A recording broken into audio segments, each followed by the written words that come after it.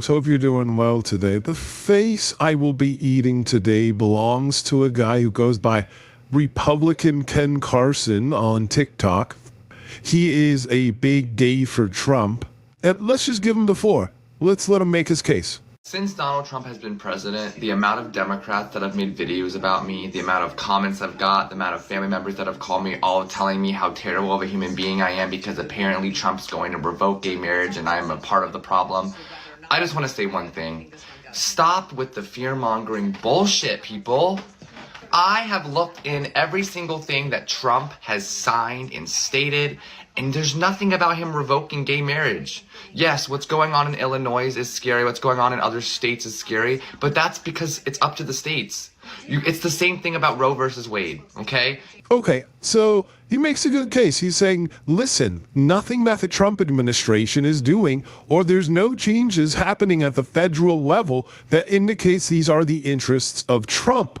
These are simply the interests of these individual states. It's not like the CDC is wiping away a bunch of HIV information that would, basically, that would put gay or bisexual men more at risk. The CDC scrubbed a bunch of HIV-related content from its website as part of President Trump's efforts to roll back diversity, equity, and inclusion initiatives across the federal government. Yeah, so experts are deeply concerned about this change. The CDC's HIV prevention work dates back to the early 1980s. Experts warned that the moves by the Trump administration could essentially dismantle the CDC's efforts to prevent HIV because addressing disparities based on race and sex and gender identity are fundamental to their work.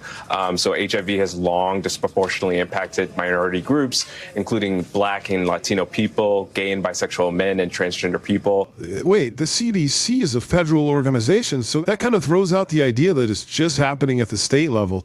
But it's not like the Trump administration is pushing out policies that, again, would put these gay or bisexual men at risk, just the federal government. Remember, earlier this week, the Trump administration started telling organizations in other countries to stop giving out HIV drugs that were bought with U.S. aid, even if they'd already received the medications, and those medications are there sitting in local clinics. Now, sure, that argument fell flat, but let's hear him out. Let's hear what else he has to say.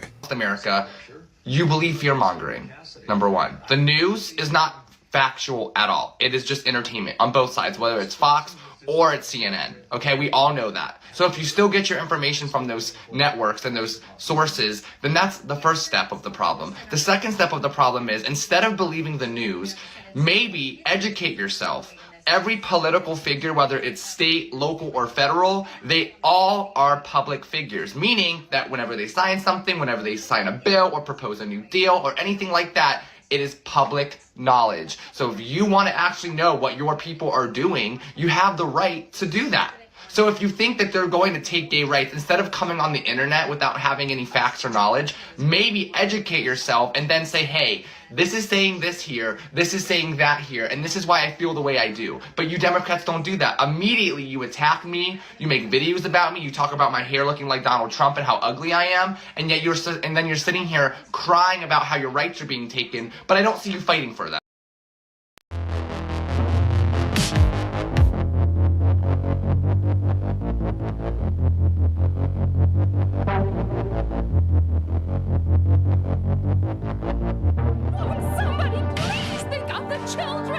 The only way that you can really stop this kind of thing is to arouse public opinion.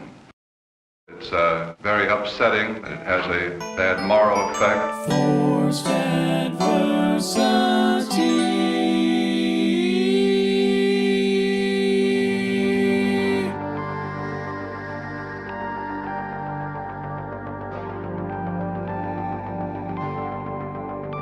Ask yourself, what's more terrifying?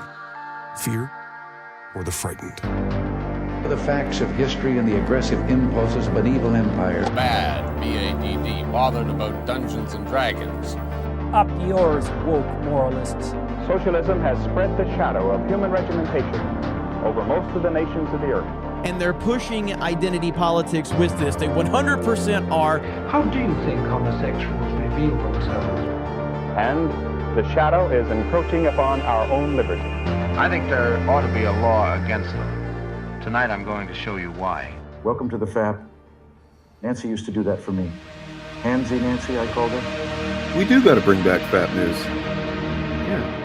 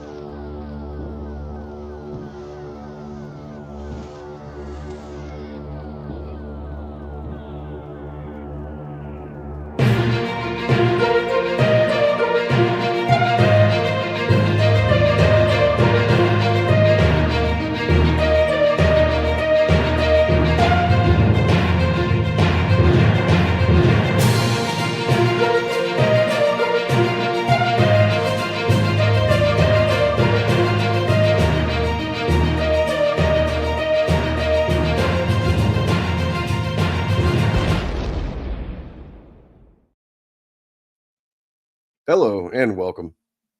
Welcome to the FAPcast / FAP News.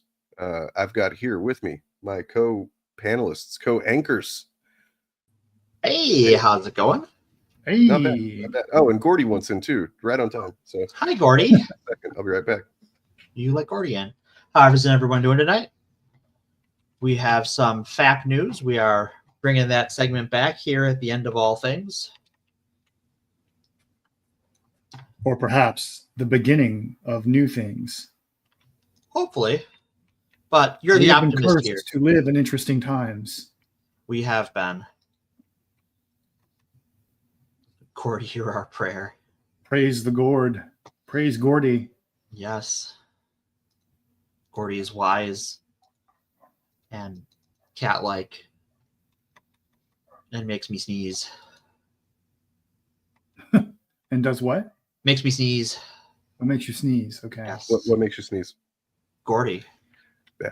I mean, me too. Yeah. Anyway, so yeah, we're going to be doing, somewhat newish kind of format, trying that out.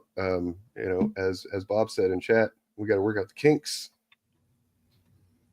So, I mean, look, Bobby Hill is the most fucking based character on that show. So, That's fair. Bobby. I'll take it. All right. I've heard of guys that don't wipe their ass because they think that's gay, which I don't believe that exists. I refuse to believe it exists. Excuse me. I have been told that it does exist. I've met women who briefly dated men like that. Yeah, briefly, I would imagine. As soon as they're, downwind of them. All right, chaos right at the start. Love it. Yeah. That guy that was in that video at the beginning there, he's not it's amazing how he can be describing himself and be not aware of it, Cognitive dissonance is a hell of a drug. When someone uses a term like signing new deals and you think it sounds like he thinks he's, I don't know, I don't think he knows what he's talking about.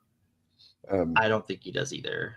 And but it does bring up an interesting thing here at the start of this new incarnation of FAP News, which is we are on the other side of what one might call a Rubicon or something, in the sense that up until pretty recently, this podcast has been, the FAPcast / FAP News has been kind of a hybrid thing, but like generally we've been talking about the things that the right in their attempt to, gain cultural and power hegemony, and then also just government power, the things that they freak out over, or at least pretend to freak out over in order to do that. But now we're at a point where like we're actually having to kind of talk about stuff that's worth freaking out over, right? They have done or are doing. And I can imagine that there's going to be people that watch that'll be like, well, now you're just doing what you always said that they did, right? You're making a big deal out of nothing. You're moral panicking or whatever. So what do we say to that? So I think first off, I am not, well, yes, the things we're talking about are worth, or rather it's understandable if you're freaking out. I don't want you to freak out. Yeah. While we live in interesting times, and that is unfortunate for all of us, Freaking out won't help. I don't want you to freak out. I want you to be informed. I don't want you to be mad. I don't want you to feel hopeless. I don't want you to go out and hurt anybody. I want you to help the people in your lives, help the people in your community, and be a strong community-oriented person. And I want you to seek information outside what we say, because we're a weekly show. All of us have other responsibilities. We can only do so much. Focus on what you can.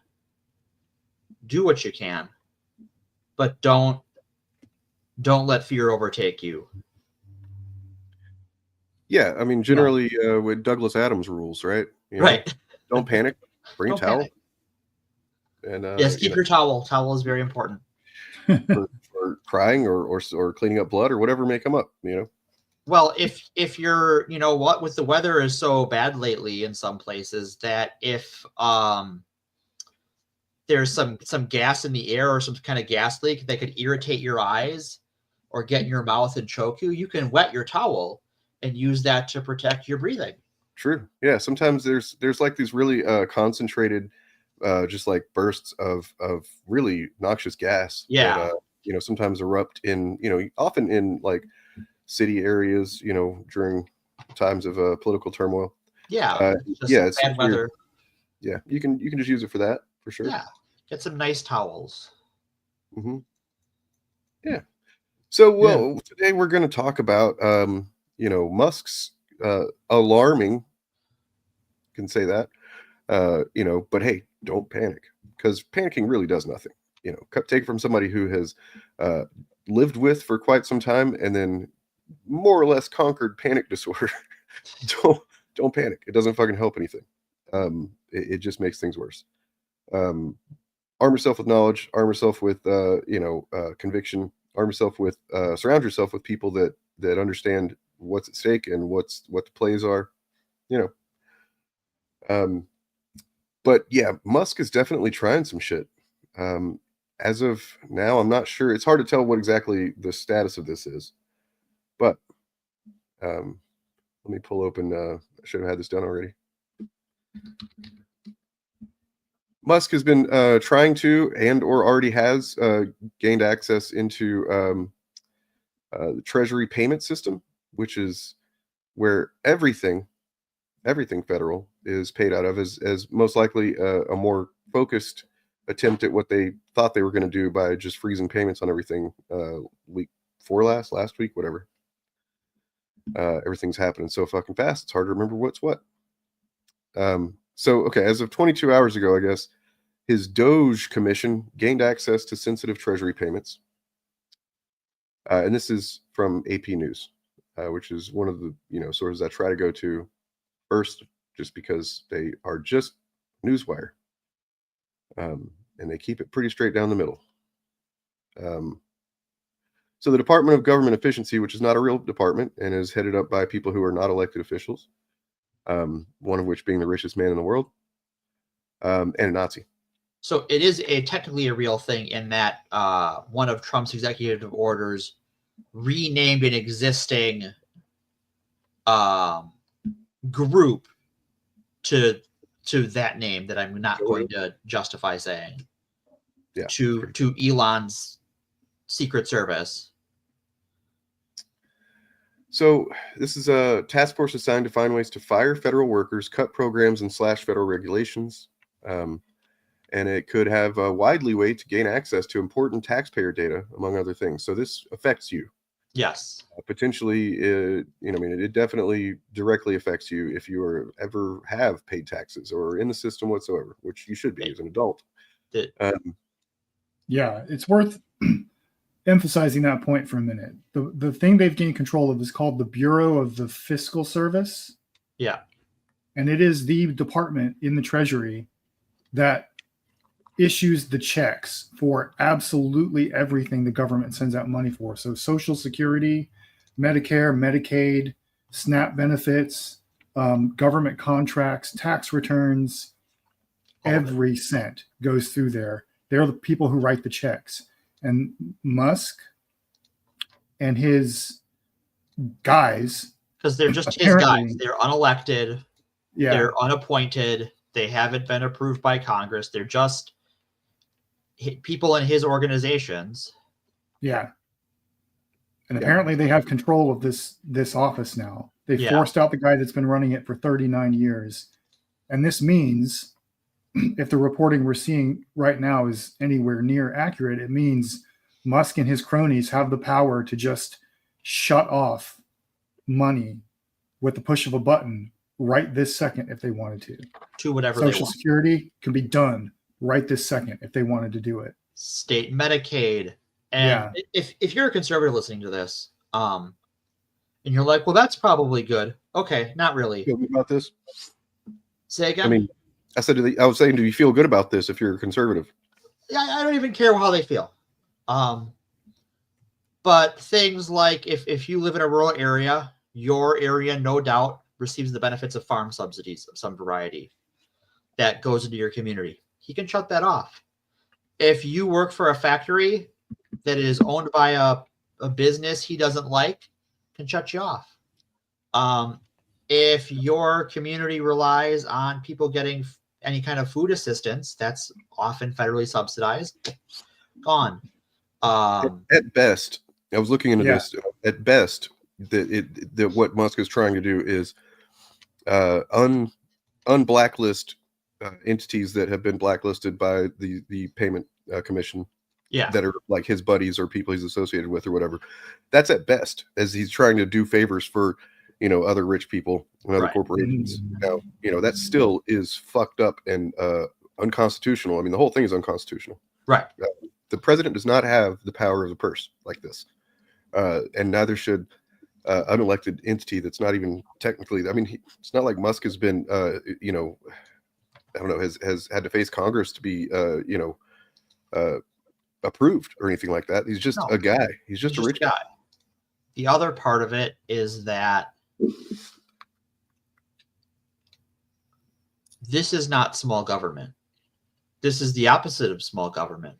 This is a guy who wants to micromanage everything anyone ever does in our government personally.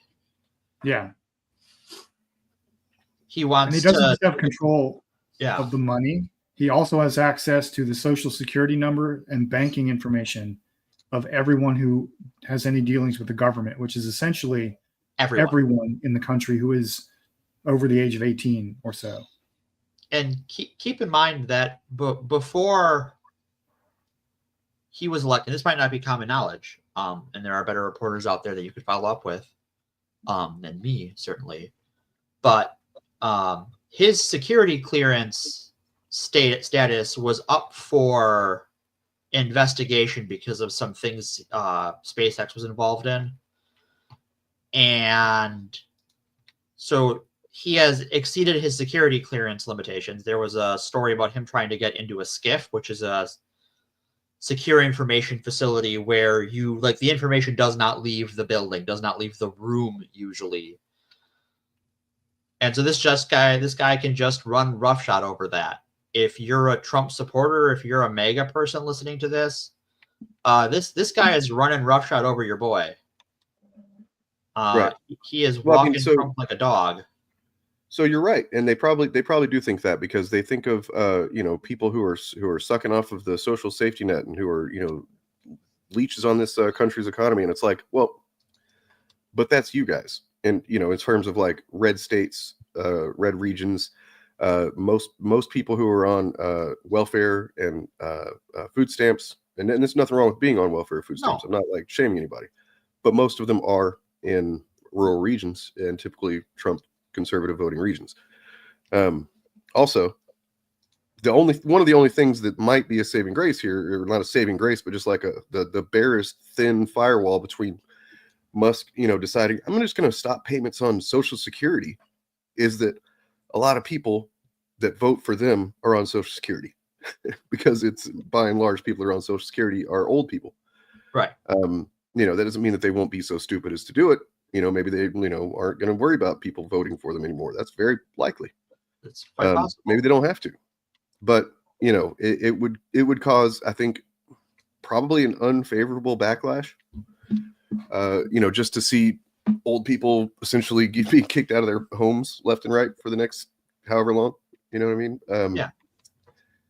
So that's sad. That's fucked up and dangerous that we're right there. I want to read a quote from the highest-ranking Democrat on the Senate Finance Committee, Ron Wyden of my home or my state here of Oregon. Based Ron Wyden here. He says, let's see. He sent a letter to Trump's Treasury Secretary Scott Bessent, expressing concern that officials associated with Musk may have intended to access these payment systems to illegally withhold payments to any number of programs. To put it bluntly, these payment systems simply cannot fail, and any politically motivated meddling in them risks severe damage to our country and the economy. This payment system is just like almost prides itself on being apolitical, and being like unbiased. They just, whoever's in charge, the things get paid out the same way. Whatever the programs are, they're getting paid. And that's the problem that Trump has with it, and Musk as well. The guy who has run this office has run it since the Bush senior administration. Jesus. Yeah. And he was forced to retire so Musk could take over. Right. And not take over with anybody's permission.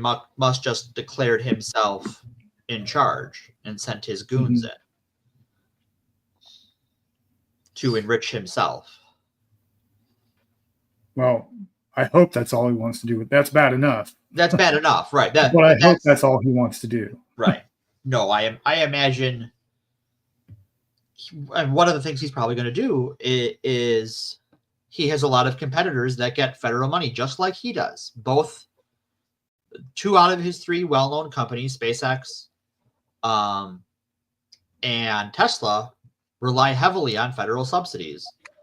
I imagine one of the first things he will do is cut off subsidies to his competitors in those fields. Well, we have 4 names here of some software engineers, I guess, that are Musk's kind of hatchet men. Right. And I use the word men. Sorry, excuse me. I use the word men liberally because they age between 19 and 24. Yeah, they're all young guys. They're all young guys and true believers.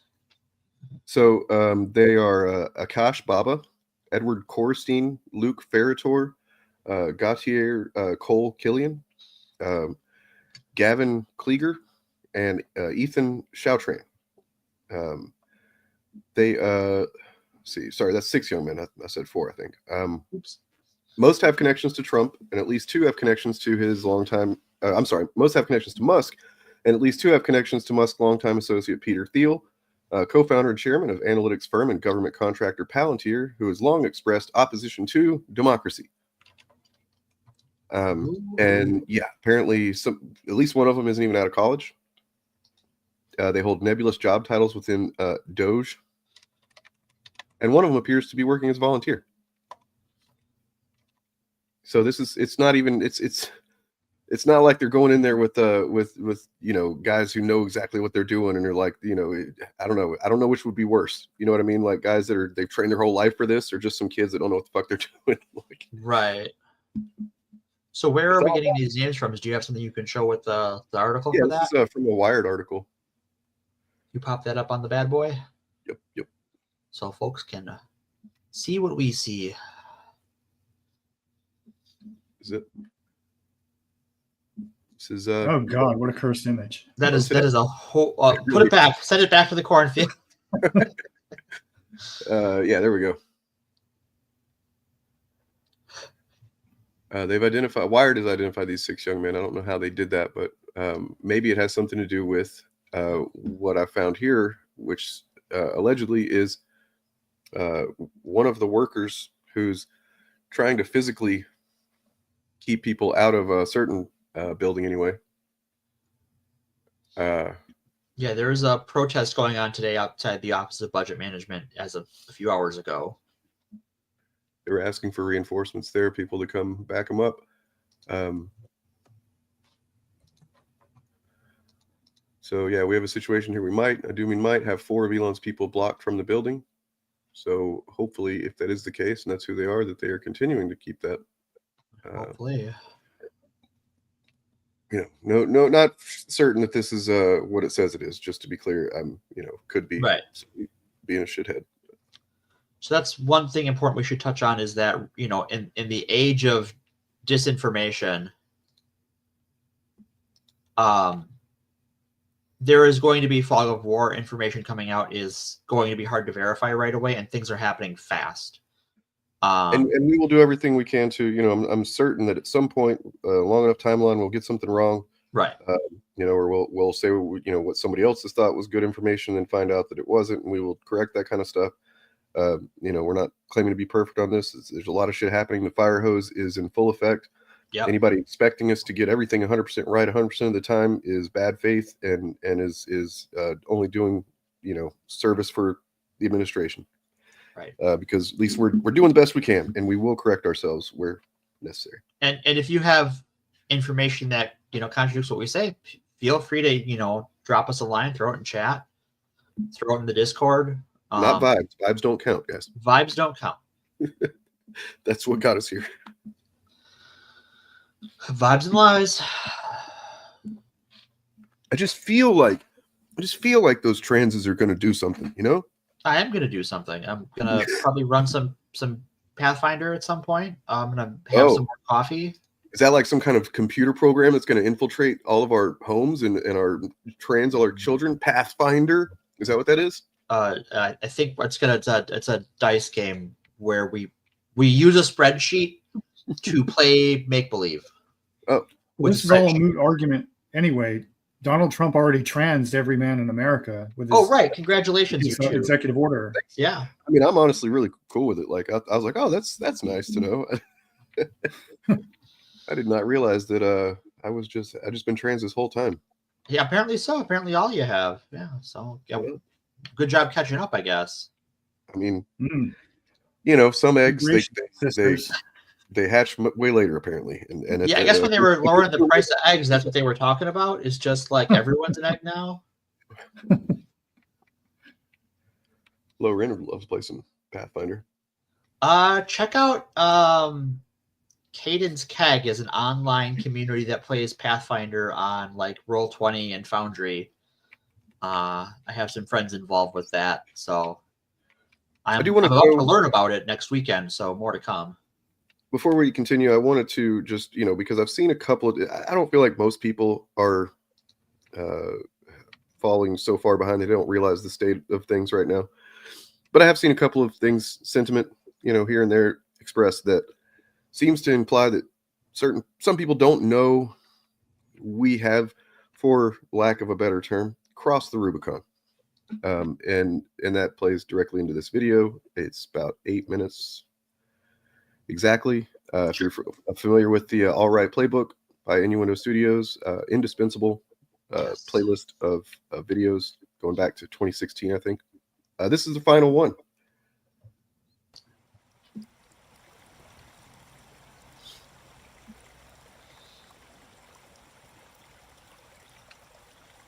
The Rubicon is a river in Italy. The story goes that at the end of the governorship of Julius Caesar, he was ordered to disband his army and stay north of the Rubicon. When instead Caesar marched his army across the river and towards Rome, it was considered an act of treason and the beginning of the Roman Civil War, at the end of which Caesar would reign victorious. It is said, as he forded the Rubicon, Caesar declared, "The die is cast." In today's vernacular, we refer to a metaphoric Rubicon as the point of no return. Children cross the Rubicon into adulthood. Isolationist governments cross the Rubicon into international politics. Each of us will cast the die several times in our own lives. But we say also that movements, that people, cross the Rubicon when they become irredeemable. When times are bad, we wonder anxiously how far from the Rubicon we are. When does an insurgency become a war? A demonstration? A riot? When is the moment an economy in danger becomes one in collapse? Tomorrow. We scan the horizon for the riverbank, hoping we didn't cross it some ways back.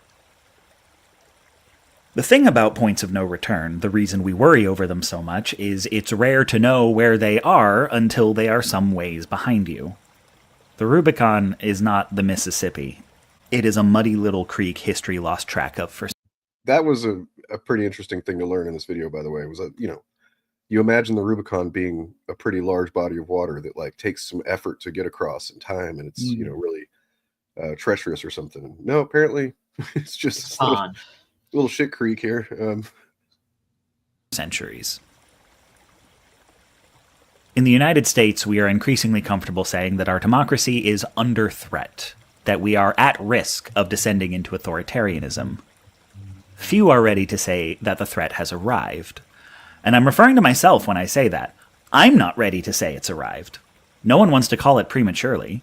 The right screams that the left, Black Lives Matter, Antifa, some thinly veiled caricature of the Jews, are ready to kick down your door and bash your teeth. So this right here is the crux of the FAPcast and what it was even conceived as. What was to highlight this essentially, and not at first it was not about currently what are the things that they're saying, although we did plan to and did actually tackle some more current fucking Deus examples, but like the moral panics that extend through history, 9 times out of 10 come from right-leaning figures, church figures and stuff like that, or just right-leaning liberals in politics. It's in a lot of ways where we are today is the seeds of it were planted back in the 1870s with the Comstock Acts. Where they're literally utilizing that again. And they literally, it was one of those things that everyone, when I first covered it, you're like, this seems like really far out. And then you're like, oh shit, Morgan was right. Yeah. And I hate being right. Once you told me that like it's actually still technically in effect, just nobody uses it, I was like, no. Oh no. Yeah. It's but this point right here is just, it's been the most frustrating thing, as I think probably most of us who have tried to sound the alarms on fascism for years now, is trying to convey that the things that they are saying are such a the wolves are at your gate kind of thing, the Antifa super soldiers mobbing through every town and transing your kids at schools and all that, they're eating the dogs and cats, all this shit has been on a scale of like either this has happened once or twice, or they're twisting something that has happened into something that hasn't happened, and then making it into something that is almost certain to happen to everybody. You know what I mean? Or just it didn't happen, never has happened, and it's completely made up fucking fantasy bullshit, right? And then whenever we would say, hey, but they're doing this, and Trump's talking about this, and people would dismiss it. You know what I mean? Even, I guess, well-meaning liberals would dismiss this shit for a long time. I think up until January 6th. Some are even still doing it now. Sure. But I mean, at least after January 6th, I think there was a lot of them that stopped doing that to a degree. But then I'm sure that some of them just went right back into wanting to be comfortable and not think about the threat. Right. Because the threat never went away, just because, they were not technically successful on January 6th, even though that could be argued they were successful in the long term. I mean, they were. I mean, really, they were successful, right? All of the J6ers got everything they wanted, and they're all out of jail now. Did you know about? I just learned this, but did you know that one of the first things that Hitler did was he pardoned like 8,000 Nazi? It was 800, but yeah, was it 800? Okay, yeah, I think so. Well, still close in number and close in priority list there. Too many. So yeah. And I talk about why they say this. Their need to exaggerate the threat from the left so that when they aggress against us, it seems like self-defense, so that we are to blame for any violence we suffer. I talk about the danger of this thinking being accepted. It's Darvo. They do Darvo. And it took me a long time to really realize that it's exactly what it is. It's just Darvo tactics. Same shit, different dog. I say the way mainstream conservative politicians and media legitimize these arguments is worrying. But I don't say, they are saying this in preparation to kick down your door and bash in your teeth. I want people to listen to me. I don't want to sound irrational. I don't want to sound like them. And I don't want it to be true yet. And this is, I mean, I hate to, get stuck on this point for too long, but it's just, it's hard to express how much fascists just have advantage when it comes to this stuff, because not wanting to be or sound irrational, okay, I mean, that's true, because you don't want to sound irrational and turn off anybody that isn't, aware of all the facts or the context and thinks you're just, sounding crazy or whatever. But that's because fascists have set the terms, and it's almost impossible to, once they've started setting the terms of narrative and stuff like that, that it's really fucking hard to combat that, because you're damned if you do, you're damned if you don't, right? To touch on a genetically modified skeptic video that came out recently, a lot of our contemporary fascists and a lot of fascists back in the 20s, and really the foundation of fascism, now that I'm saying it out loud, is based in this false rationality and things like eugenics and stuff, and mental hygiene and all of these other things that were, objective, quote unquote, rational, quote unquote, but were based in pseudoscience at best. And that is sort of where you get this, like, the right-wing atheist movement that is these self-described rationalists and the facts don't care about your feelings crowd who know nothing about facts or feelings. Yeah. Yep. It's upsetting. Yeah, I mean, some of them are dead or in jail, but not for to any credit to the fascists. It's only local police and their own fucking, these guys' own idiocy, their own hubris, their own impulse to fucking touch children. Yeah, several of them, right? Like it turns out if it might have been that the Biden administration locked up the highest number of groomers in history in a single swipe there. Well, they need to get Razor Fist. All right. No, dude. God, no. Say, for the sake of argument, you are, at this moment, standing ankle deep in the water. If you've watched any of or all of the videos in this series, you know that he says that phrase every single video. Yeah. Say, for the sake of argument. It's just said with such a somber tone in this one that it kind of gave me chills the first time I watched this video. I was like, oh God, that's a different vibe, Ian. Desperately wondering how many paces you are from the south bank of the Rubicon. There was a time when any number of things would have been the moment. If you could go back to 2015 and ask, is a candidate promising to jail his political opponents, or a president building concentration camps at the border, or a lame duck provoking an insurrection to overturn a vote, the moment where you would unequivocally call him a fascist? And we would have said, no question.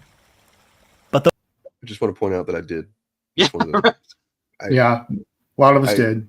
Blame it on the autism. I don't know, but I did not care about the optics at that point. Those points. I mean, I said it. I remember I wrote this fucking kind of drawn out Facebook post on the day that of his inauguration, and was like, he's a fascist. This is authoritarianism, and I know that a lot of people don't see that yet. They don't want to make excuses for him and blah blah blah. And you'll see. I was like, he will reveal it.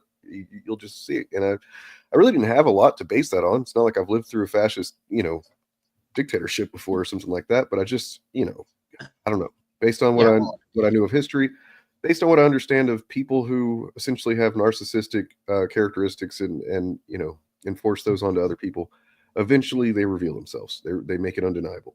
I think to tie it in with our second segment coming up shortly, is that what clued me in was this sort of bimodal system we had with these people, where both online and in sort of like people who were sort of speaking publicly, defending right-wing positions, is on the one hand, you'd have them saying, well, these out and out Nazis, your Richard Spencer types, have the right to speak and the right to be heard.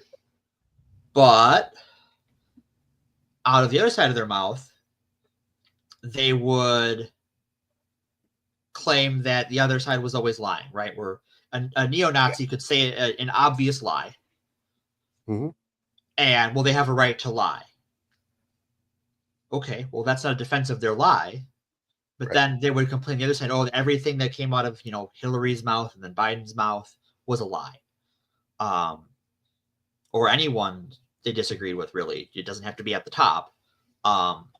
And so that there was always this, like, even if Trump himself wasn't or isn't a fascist, certainly his supporters were engaging in fascism and engaging in reducing speech to a commodity rather than an ideal.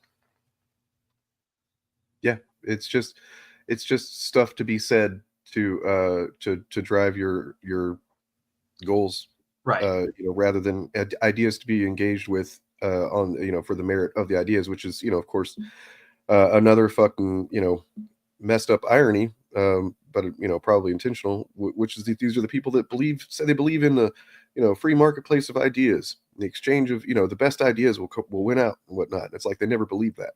They just wanted to make sure that they could get their bullshit into the marketplace, and so in that way it is a commodity. It's just not. It is commodified in a marketplace, just not in the way that they presented it to be, as if things are They wanted it to be a marketplace of ideas where they were selling things, not a free exchange of ideas that are to be discussed and the truth sorted out, or to be less wrong. It was to be the best selling. Yeah. I think maybe to put a ribbon on this idea, the thing I took away from this video, the important question in this video was, ask yourself, what is your Rubicon? What has to happen for you personally to think we're now living under fascism? And then ask other people that question too. If they are someone who rejects or resists the idea that this is a fascist takeover, ask them, what would it take for you to think it was? And then figure out a way to make them, to hold them to that. I mean, and I am of the, just to answer your question, Spoonie, I mean, sure, you can be cocky. We're cocky all the time. But when it comes to people who are not able to or willing to engage with the reality that we see before our face, and anyone that tries to, I guess, for lack of a better term, gaslight, you're not going to be welcome here with that. But I mean, you can be cocky. There's no rule against being cocky. Have you can met be cocky, us? but don't be a dick. Yeah. I mean, you can even be a dick as long as you got some point that isn't, designed to, undermine things that we've said, but yet without any substance to back it up, which happens sometimes. But yeah, to what you're saying, Bob, that's basically exactly what he Came said. anywhere near the word. How can you say that? You could still. Anderson Cooper. How can you say that, AOC? How can you say that F word, right? Yeah, this point right here is what I wanted to show real quick, and then we can be done. Still the nearer bank. And there is a knack to this. Everyone expects it to happen all at once. That one day we will wake up to swastikas and kids in cages and unmarked vans disappearing people off the streets. But those all happened on different days. And the swastikas were a natural extension of the barely coded language of the administration's supporters. The cages were the next step after their family separation policy. And the vans were not a surprise after years of police militarization. To that point, the vans were not a surprise, but being someone who lives in a city where the vans were happening, I mean, I'll straight up say that was, I've talked before about the severe depression I went into in 2020. That was the thing that kicked me over the edge. Oh, that'll that do was it. Yeah. The moment of like, just because I was paying attention to everything, and right. the demonstrations, protests with police and fighting police and stuff. And then whenever that became the reality of like, oh, now there's these, goons, fascist goons, who they're not, you know, labeled what agency they're with or anything, and they're in unmarked vans and they're pulling people off the streets into them. That kicked me right over the edge into fucking severe depression town. It was almost too much to fucking. I was plugged way too much into the daily, hourly. Right. Like I was on Twitter following everything that the demonstrators were saying all day and shit like that. So yeah, you got to kind of pace yourself with that stuff. Oh yeah, learn that big time. All right. So Spoonie's talking about OpenAI, and I think that brings us nicely into our second segment. Yeah. So that would not, rather restrictive non-disclosure agreements is something I expect from the tech industry as a whole. It is not uncommon. And I have to imagine with the amount of money that is being thrown around willy-nilly in that industry that they have probably some pretty draconian NDAs and non-competes. Especially because by the sounds of it, and I would recommend the most recent On the Media covers this in pretty good detail, or at least gives a good summary of it. Those companies aren't doing so well in terms of their final product, but what they have is a lot of money. And so for our second segment, I would like to talk about sort of a crossroads of several of these things and how our speech economy went from something about freedom of speech to speech as a commodity, speech for sale, speech for the highest bidder. And so we'll start with Jessie. If you're not familiar with Jessie Gender, she is a YouTuber who on January 30th of this year, the year of our Dark Lord of the Sith, 2025, posted a story about Netflix censoring her video, filing a copyright strike against it, which was covering the recent Oscar-nominated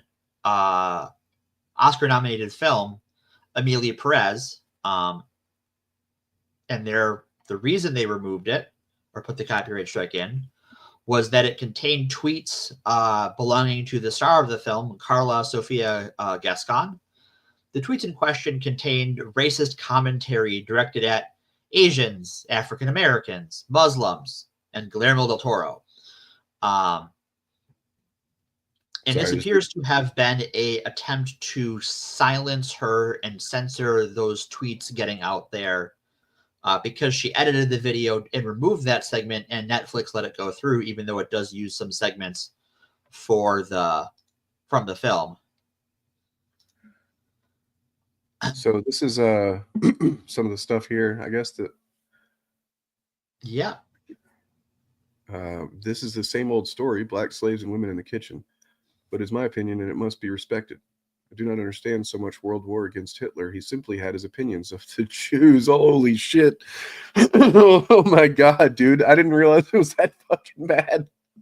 Are you kidding me? That's how the world goes. Holy shit. So not great thing. I just was not prepared for that cartoonish level of fucking Hitler apology. This is why I have taken to calling her the Spanish Caitlyn Jenner. Because Carla Sofia Gascon is a fellow trans person, but she is seemingly still a piece of shit. Yeah, like and I recommend watching Jessie Gender's video. By the way, I'm sure you already said that or would say that, but like it's really freaking good. It's really good. I would recommend watching this instead of that movie. And it goes into like something that I think is important to discuss, which is, because I've had conversations with people who are like, oh, so that, what, we can't ever depict like a villain trans person. I'm like, that's not really the case.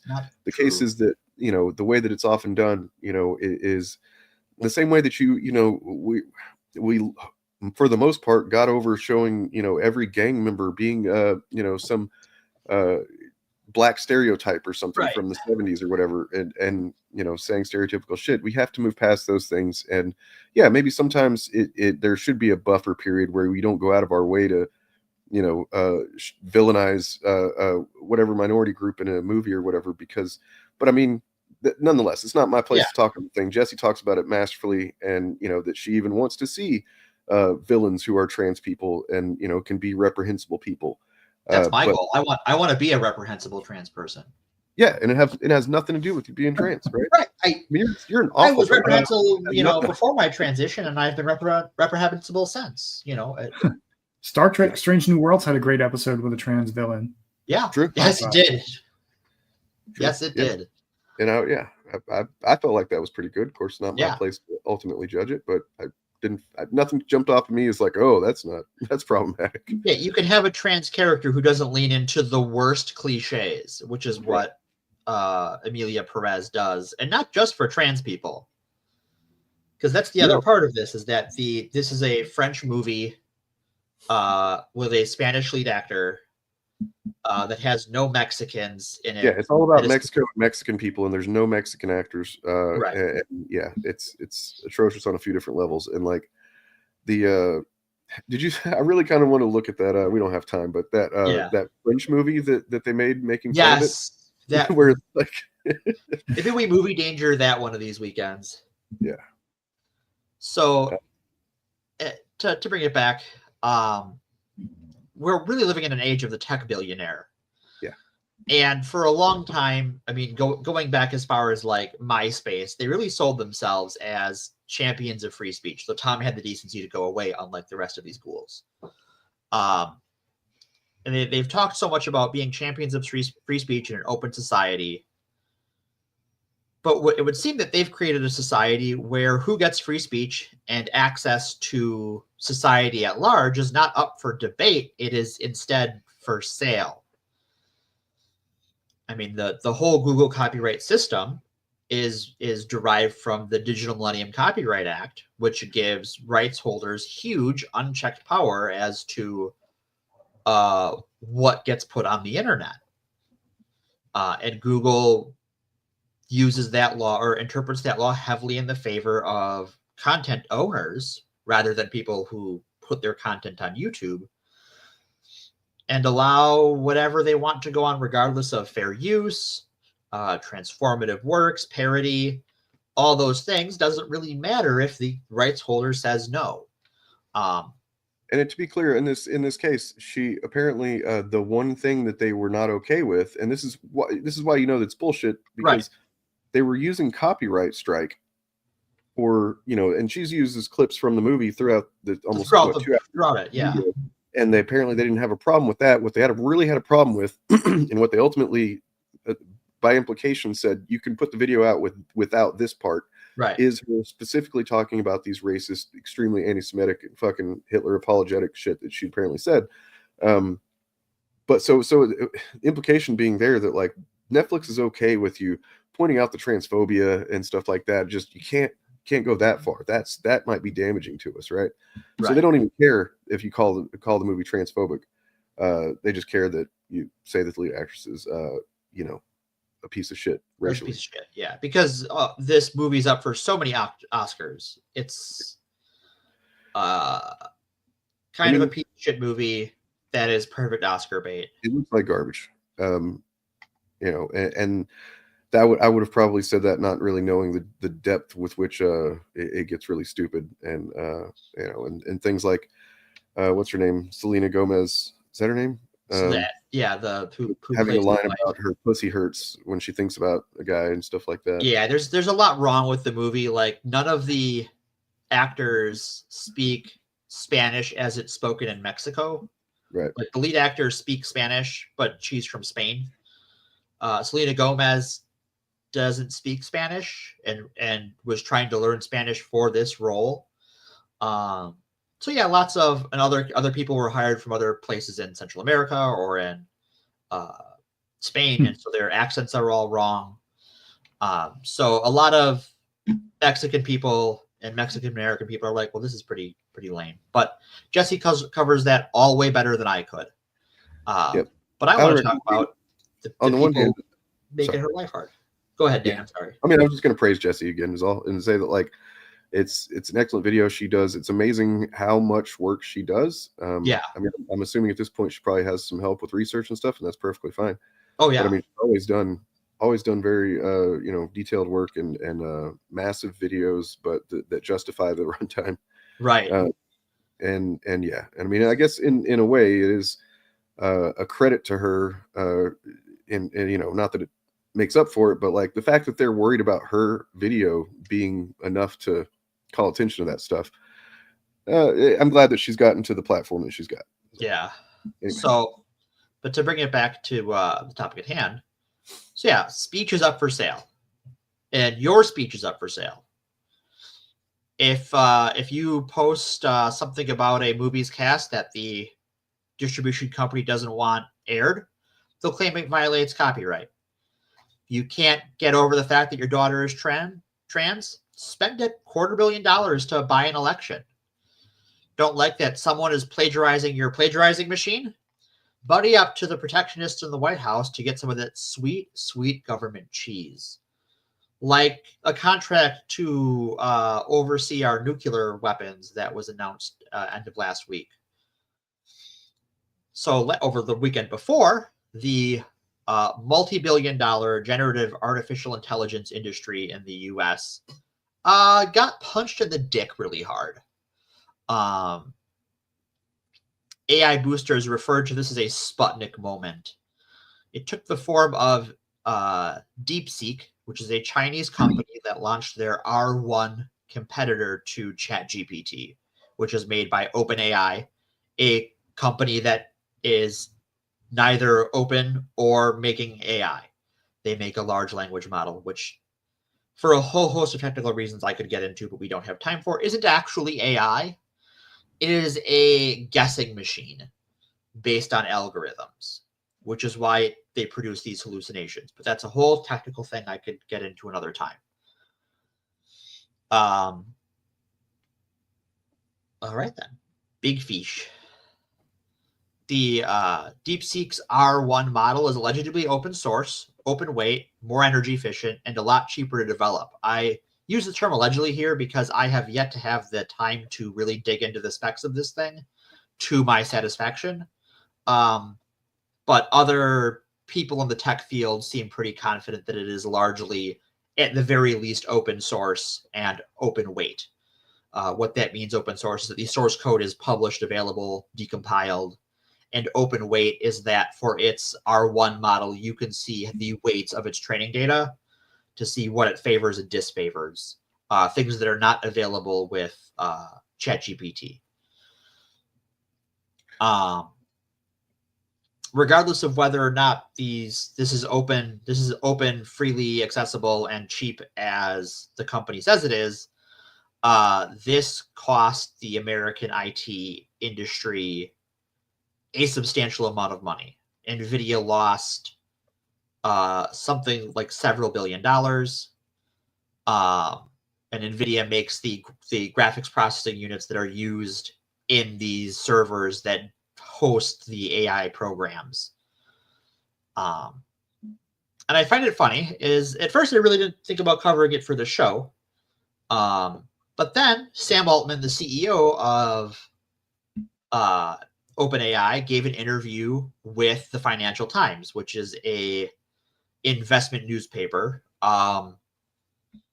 Certainly a small right-wing bias of just like being a financial newspaper. They're not ideologically right-wing, but just sort of temperamentally so. Yeah. Wall Street Journal right-wing.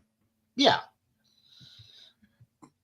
And Sam Altman claims that R1 was built with data that was stolen from ChatGPT, and that its code or its reactions were mixed into the R1 model. Now, this is called distillation. It's actually pretty common within the large language model field to essentially you use one large language model to build the next one.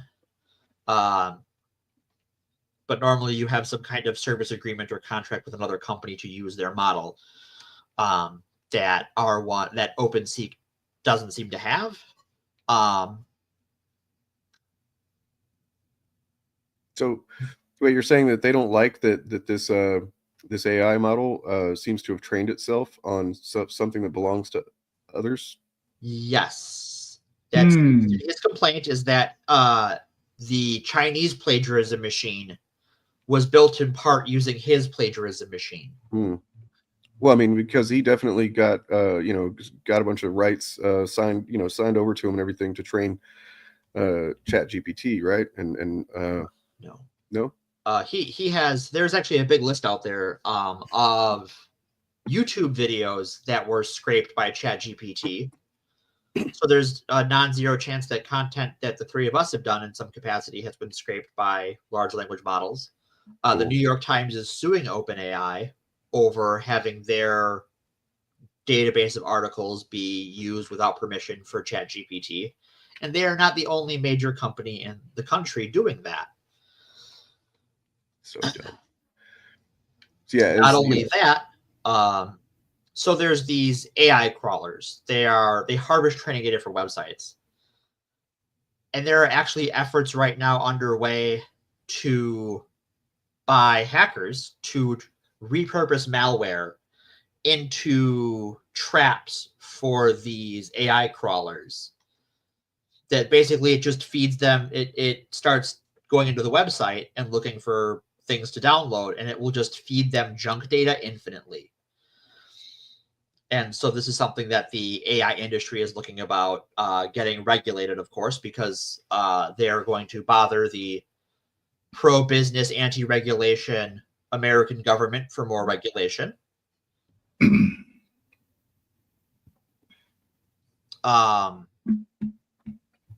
But yeah, so the reaction to all of this from the tech sector has been really come in two paths. On the one hand, AI enthusiasts and investors whose return on investment is at best a decade away.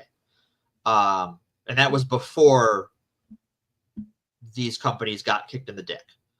Act as though that a crime has been committed, that DeepSeek has stolen from the companies they invest in or the companies they're enthusiasts for. How much of this is just kind of like desperate lashing out at the realization that they've been, essentially hoodwinked by a better program? Some of that. So I mean, like it's I've got this Venkatesh Rao here says he tried DeepSeek. It's noticeably better in performance, but infinitely better on cost. The free version did better than what he's paying $20 a month for. It's really, really cheap compared to, So the servers for the R1 model use older hardware that requires less power and less cooling to run its program. 1 second, I gotta hydrate. Sure. The reason that I brought up that image that you were like, oh, okay, was because it's on this article about DeepSeek, and it says here, Jonah and the Whale by Peter Lassman, also a good illustration of DeepSeek eating Sam Altman. Nice. I love it. So I think part of it is that AI in America has been this thing where the push for these applications has exceeded the technological ability, the hardware requirements to run them. And they invest using current technologies by just throwing money at the problem with the promise of, oh, well, we're gonna get there one day. We're gonna get artificial general intelligence. You just have to keep giving us money. You just have to keep giving us money. And the hardware does not exist. And when I say it doesn't exist, that's systemically, right? We have these graphics cards that can do this predictive transistor-based these calculations. But outside of that, as far as because they're top of the line GPUs, there hasn't been much iteration done on them, so they are very power inefficient. They're very heat inefficient, and you need a lot of them. And so your data center cooling and power costs are astronomical. The power consumption and cooling consumption of a non-AI data center versus an AI data center is night and day. It is orders of magnitude. And they don't want to invest in figuring out better ways to build the mousetrap. Whereas, as Screwface puts it, DeepSeek built a better mousetrap because they can do it cheaper. And we don't know exactly what cheaper means. They gave us a price tag, but we don't know what that includes as far as, like, is that just development costs? Is that server costs? Is that facilities costs? What does that number actually represent? Which is part of the reason why I use a lot of alleged and potentially in this conversation, because as a subject matter expert in the field, I don't want to speak to anything I don't know without knowing it. And data center work is something that I do professionally. So I don't want to talk out of my ass. Well, there does seem to be some concerns for negative outcomes due to this creationist thing, is such as essentially an arms race between U.S. and China, which could lead to careless. I mean, let's just say it would lead to careless acceleration. And then let's see. Open source proliferation would be available to bad faith actors, malicious actors, scams, cyber attacks, things like that could be utilize this program, or any program that is open source. Sure, but at the same time, that is within the information security field. There is a discussion about open source security versus closed source security. Because open source security, you would think, well, it's open source, that should be easier to hack. Well, it's often designed to be trustless, so that if you're using an open source encryption key, you control one half of that key that isn't part of the source code. The code generates it for you, but without the variables you put in, it doesn't do anything. So just because something is open source doesn't mean it's necessarily more vulnerable to criminal activities. In the same way that, like, if I'm dealing drugs off my iPhone versus an Android, well, Android is an open source operating system. I can deal drugs off of any phone I want. It's just, how do you put in the work? So one of the things that's come from this is that this person that wrote this Substack, Jasmine Sun, who's very critical of AI in general, does say that it produced writing that she thinks is actually good. Les shock.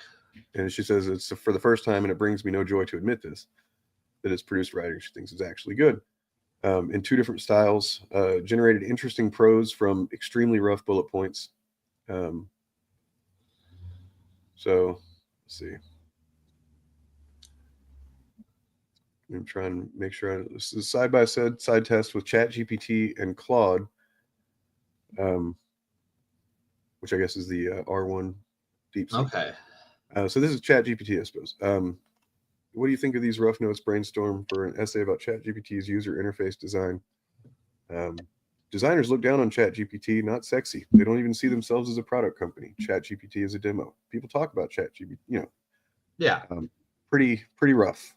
Pretty rough. This is the other one. Most software exists to reduce complexity. User interfaces are designed as maps to hidden machinery, buttons labeled save, progress bars quantifying the abstract, menus organizing options. By contrast, ChatGPT offers only a void, a text box that asks, "How can I help you today?" To designers, yeah, that's real writing, It's closer. That one was written by DeepSeek. Yeah. It's I think that if we're in a society where this becomes more commonplace, we'll have to kind of develop, and I'm sure more clever readers and writers will develop they'll finely tune their ability to detect this stuff. But right, there is certainly something that, like, having read a lot of technical reports on these things, that the writing isn't all the way there. Right. Like, I can tell reading it, if I didn't know this was artificially generated, I would have a pretty good, I would say 80% chance. It would at least seem like somebody took a bunch of different points and kind of like, slapped them together in the most basic, prose possible. Like a bunch of technical points and tried to, string them together. But like, just the comparison is fucking crazy. Yeah. Though both of them do have the thing where the output gets less coherent as it goes on. Yeah. Like this one, big believer in voice. 1-800 chat GPT used what? Yeah, what somebody put chat GPT to bed. He's sundowning again. Yeah. Oh God. I mean, none of it's good. No, in my opinion. We have enough problems where we shouldn't have to, especially when it comes to information and just knowing what information is worth consuming, and So last thing we need. To tie these two stories together, what you have here is you have, in both the case of OpenAI and Jessie Gender's YouTube channel, is that the market attention denied both of them. In both cases, the only reason that matters is who is in power and who wants what. And when I say in power, I mean who has the power in the situation. And I think I'm sorry, real quick. I feel like I'm hearing possibly a smoke alarm down the hallway from my apartment. So it's very possible that it starts going off in my apartment. I have to just fucking get out of here. So okay, I will leave the stream going, Okay. but you'll know if I disappear. That's why. All right. I mean, if it does happen, it's because 9 times out of 10, it's because of some stupid glitch or something. Yeah. It's not actually a fire, but anyway. Right. Sorry. No problem. It happens. So the same industry that uses copyright laws to interfere with YouTubers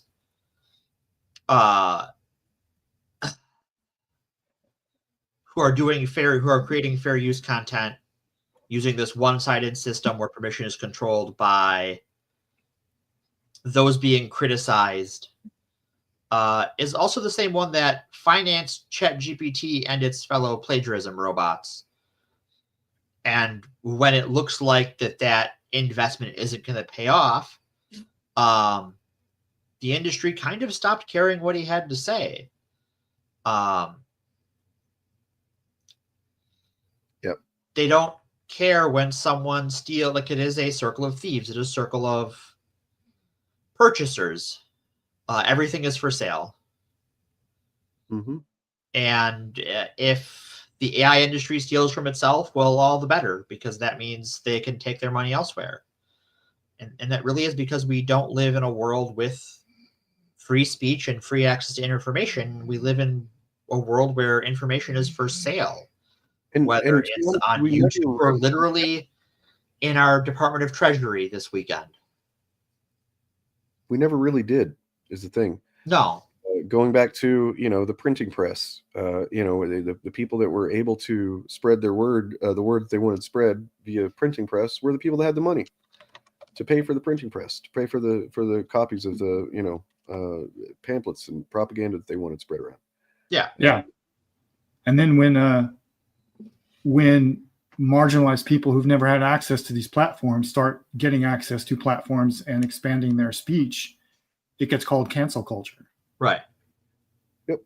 I'd say that probably maybe like from the 90s with, of course it's really debatable to then too, but like, everybody was able to say whatever they wanted all over the internet, from the late 90s, you were still limited to platforms and like what, venues allowed you to do it, but you could essentially get online and say whatever, a lot of times anonymously, but then that brings its own limitations of people paying attention to you. I think what has created the environment we're in between like the Web 2.0 environment we're in now versus the Web 1.0 situation of the past, is that our spaces on the internet have become consolidated, right? I'm not a member of 37 different forums like I was in 2006. Yeah. Those spaces don't exist anymore. I mean, they do kind of now on Discord, but Discord isn't a website. I will say that I have been gaining a lot more, like more and more as time goes on. I've been getting a lot out of Substack. I've been reading a lot more as well as Reddit. Obviously, Reddit's not new, but between those two, I feel like I have some ability to, access democratized, perspectives. Yeah. And while both of those platforms have their problems, sure. I think that we have lived in this era of billionaire-owned online spaces, and those billionaires not only don't want to give that up, the threat of giving it up has pushed them to worse and worse behavior. Well, because actual free speech, people speaking freely, is when it comes to, because what inevitably happens is people speaking truth to and of power. And whenever you are someone who stands to lose money or power when information about you is revealed, and I mean, look what happened to Musk. It's already happened to him. It's to a degree from the perspective of a fucking narcissistic billionaire. I understand why he does what he does. You know what I mean? Like, not saying I empathize with it or that he's right. I'm just saying that he put a lot of PR resources into making people believe that he was essentially Tony Stark in real life. And then as time goes on, people started looking more into him and talking about what really, where did his money really come from? He hasn't really invented shit. Oh, the more he says, the more people can see that he's kind of a fucking tool. Right. And I think that feeds into why he's so fucking he's got this, vendetta against everybody now, because, they figured him out, and that's all due to free speech. It's that he doesn't want to be held accountable for his actions, and he has this weird breeding thing that we really found out about because of his daughter, who he has burned bridges with and has declared dead. She's alive. She's fine. Leave her alone. She's awesome. We literally have an episode of the Fabcast named that is Elon Musk's daughter is alive and she's awesome. Yeah. Seems like great people. Yeah. And a lot of Musk's personal idiosyncrasies are widespread in the population. We all have a self-image we project to the world, and all of us feel vulnerable that were punctured, but we don't have like $1 trillion. Yeah, when you spend probably tens, hundreds of millions of dollars on cementing that public image, and that's still not enough to make it, sustainable, it's probably got to sting a little bit. You know what I mean? It probably fucking make you mad. Like, no, my money's supposed to do this. It's supposed to make me invincible to this shit, and it didn't work. Well, I think this is one of the things you have seen from a segment of. I mean, most billionaires, right? They fuck off. Right. How many old money billionaires, all they do is fuck off, right? Like, they'll spend their money to influence all sorts of dirty things, but you don't know, you couldn't name them. Bezos is responsible for destroying large swaths of the fucking Amazon. I mean, of the actual Amazon, but rainforests and yet because he's smart enough to go, I'm only going to make myself visible when I look cool. And he probably has some people around him actually helping him look cool, whereas Musk, I think, just tries to do it himself. Right.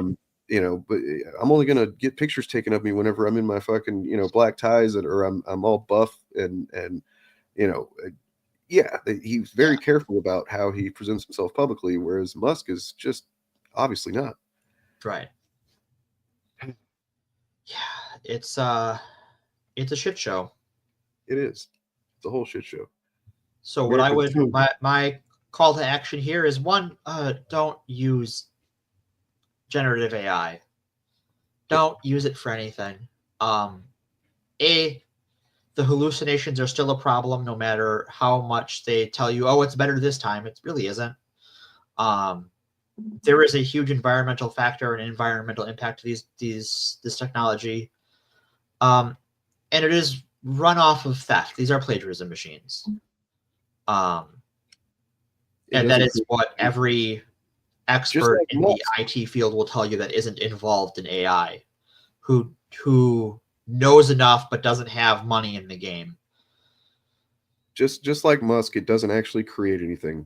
Right. It operates based on things that creative people have already done. Yep. So one day, I hope that creators. Sorry, what? Second way to support creators: find some YouTuber, find some Substack. Yep. Give them a subscribe, throw them a $1. Whatever you can do. If you have, what you could do is subscribe to patreon.com/actualfandom. and Yes. get more content from Dane and from the Shillcast crew and from us here at Forced Adversity. And maybe get access to some of the resources that Bob has regarding some activism you can do. Yes, I was about to say, so that begs the question, what to do? And what I'm about to share is not related to AI or any of the shit that you just talked about. So sorry, folks. No, but that's fine. It doesn't have to be. I'm in the real world, in meat space. I am involved in some grassroots organizing work and here in beautiful sunny Southern California. And we are currently, it looks like Los Angeles is going to be one of the center points of the resistance to Trump's immigration policies. Yeah. One of the things that Trump did with his executive orders was rescind a rule that the Biden administration had had in place. And it was a rule based on centuries of tradition in the Western legal canon that places of worship, hospitals, and schools are considered sanctuaries for refugees. So Biden had a rule that if somebody was like a migrant who was on ICE's radar for some reason, and they were in a church, ICE was not allowed to go in and get them. And so Trump has taken away that rule. So now churches, schools, hospitals, and other places of worship like mosques, gurdwaras, synagogues, and so forth are no longer safe from ICE. Correct. So we're expecting to see a lot of raids and that sort of thing, because a lot of churches in the United States have a very long tradition of providing sanctuary to political refugees and not just people who are migrants, but also like queer people, increasingly trans people, domestic folks who are down on their victims. luck, political activists, and so forth. Yeah. So the sanctuary movement is relighting its fires. The beacons have been lit. Gondor calls for aid, and we can all be Rohan to answer that aid. So what I have to share are some documents that were handed out to me at the first meeting I went to earlier this week for this grassroots organizing, which are basically talking points and guidelines for how to deal with the police if you're an activist, and what your rights are under this regime.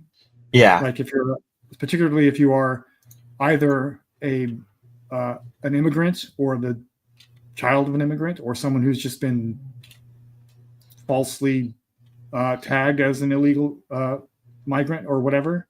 Yeah, that actually happened here in Wisconsin lately, where 3 Puerto Ricans were arrested by ICE. Yeah. For the crime of speaking Spanish while being the wrong skin color. And they're Puerto Rican. They're American-born citizens. Right. And so this, like, before I share that, some of these documents, or maybe Dane can share them, I don't know. They're all linked in the Discord, but I have them open right now. One thing I didn't expect that I'm very happy to see is a lot of this grew out of the bishop who had like nice things to say about mercy at the inauguration last week. Because the meetings I've been going to, the training sessions I've been going to, have been hosted by the Episcopal Diocese of Los Angeles. Nice. Which is she was a bishop buddy in DC, as a bishop of the Episcopal Church. Yeah. So because the sanctuary ruling affects churches and other centers of worship, we're probably going to see in the early stages anyway, the resistance to Trump is going to be centered around places of worship and schools and hospitals. Yeah. So anyway, I guess what Dane is sharing there is the first document. Yeah, is this what you wanted me to share, or is it something different? Yeah, there's a couple. I've got the ones I have open are this one, and let's see. I also have open dealing with the police. Okay. The Know Your Rights English version and Raid's response tip sheet. I guess we can share links to all that in the chat or the description. some of these are in both English and Spanish. But it's just basic boilerplate stuff about, like, if you are detained by the police, or knowing the difference between being detained, being questioned, and being arrested. Right. Those are different things. Yeah. And just the typical advice is, when the police stop you, or ICE or any other federal agent stops you and asks to talk to you, the first thing you should do is ask, am I being detained? Mm-hmm. They have to tell you yes or no. Right. If they tell you no, then you can just leave and you don't have to talk to them. If they And you tell probably should. Yes, you probably should. The only thing you should ever say to the police is, am I being detained? And then if the answer is yes, you say, I choose to remain silent and I would like to talk to a lawyer. Mm-hmm. And then you shut the fuck up.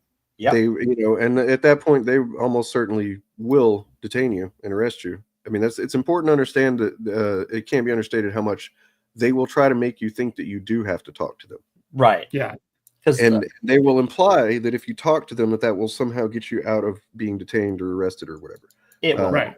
That won't. You kind of just have to, at that point, if it seems like they're intent on it, they probably are. But you saying anything isn't going to change that outcome. Right. Right. Fun fact: law this enforcement can lie to you. You cannot lie to law enforcement.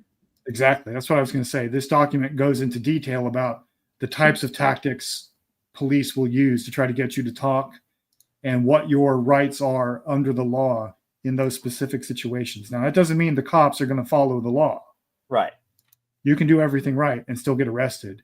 But if you say nothing ever, except I'm going to remain silent and I want to talk to a lawyer, and that's it, it's the only thing you ever say, your chances of getting through that, if you actually have not done anything criminal, are better than if you try to talk your way out of it or because something like that. There's never been a case where they say, well, he didn't say anything, Your Honor. He refused to speak whenever we asked him.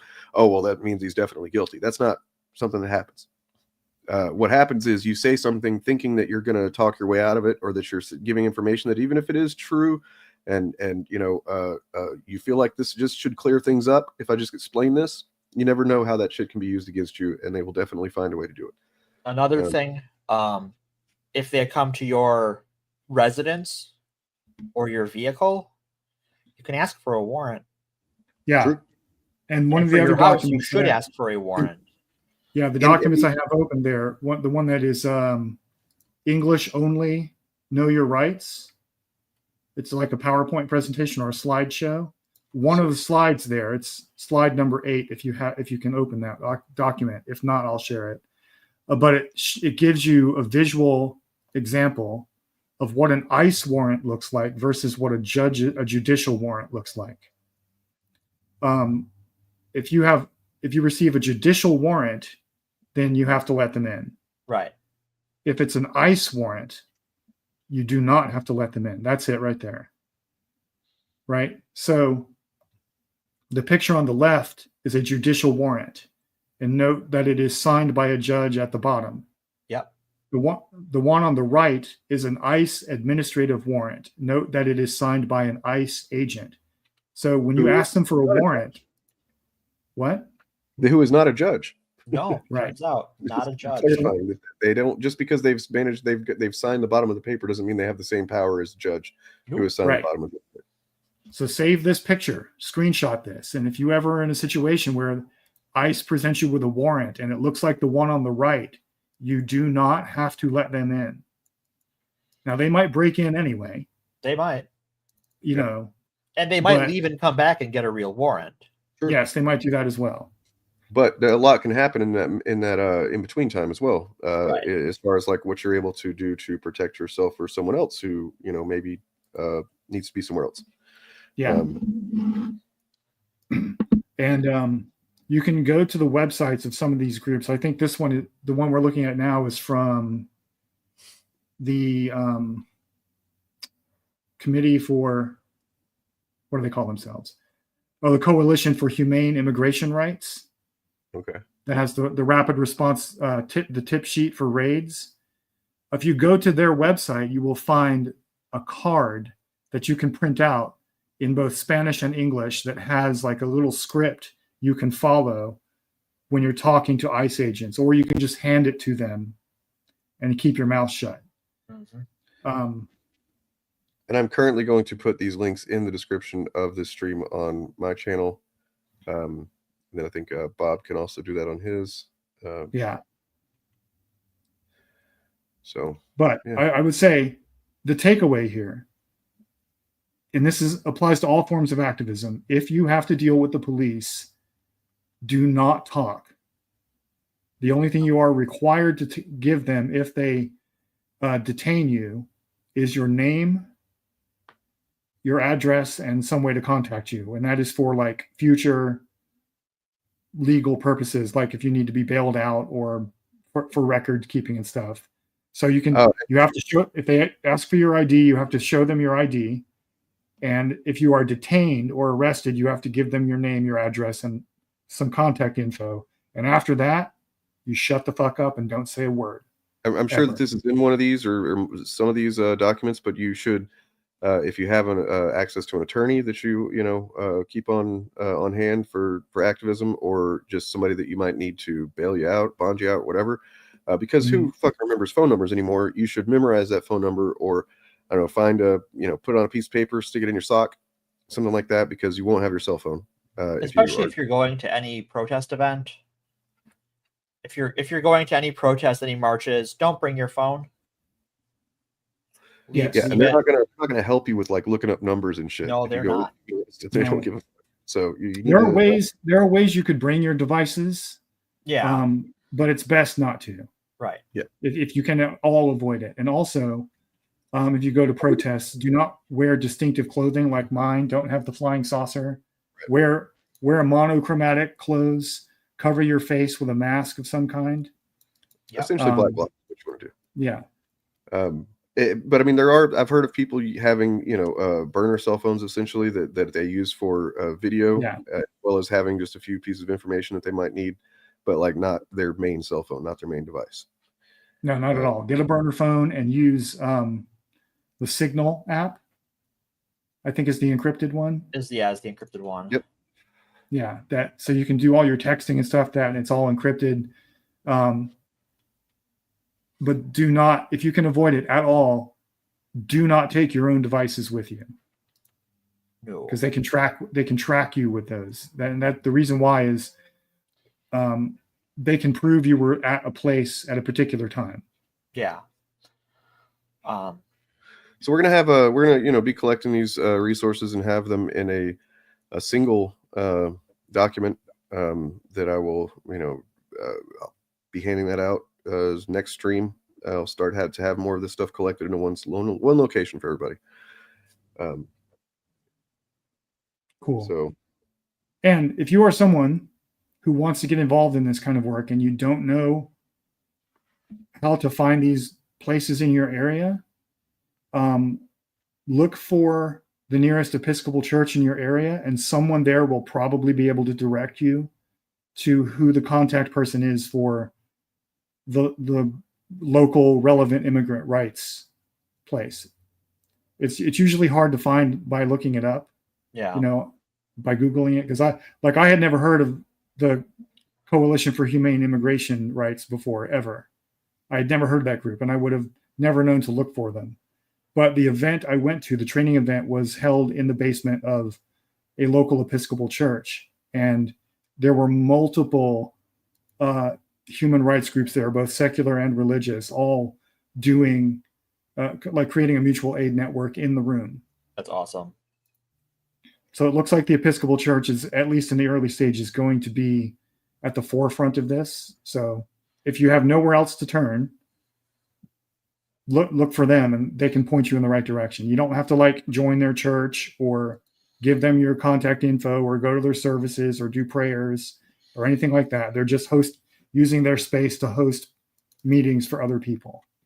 Because they're cool like that. Yeah. I don't know what this means. I have no idea. I don't know Talking that I about weather warfare? Okay, whatever. Weather warfare? Weeder?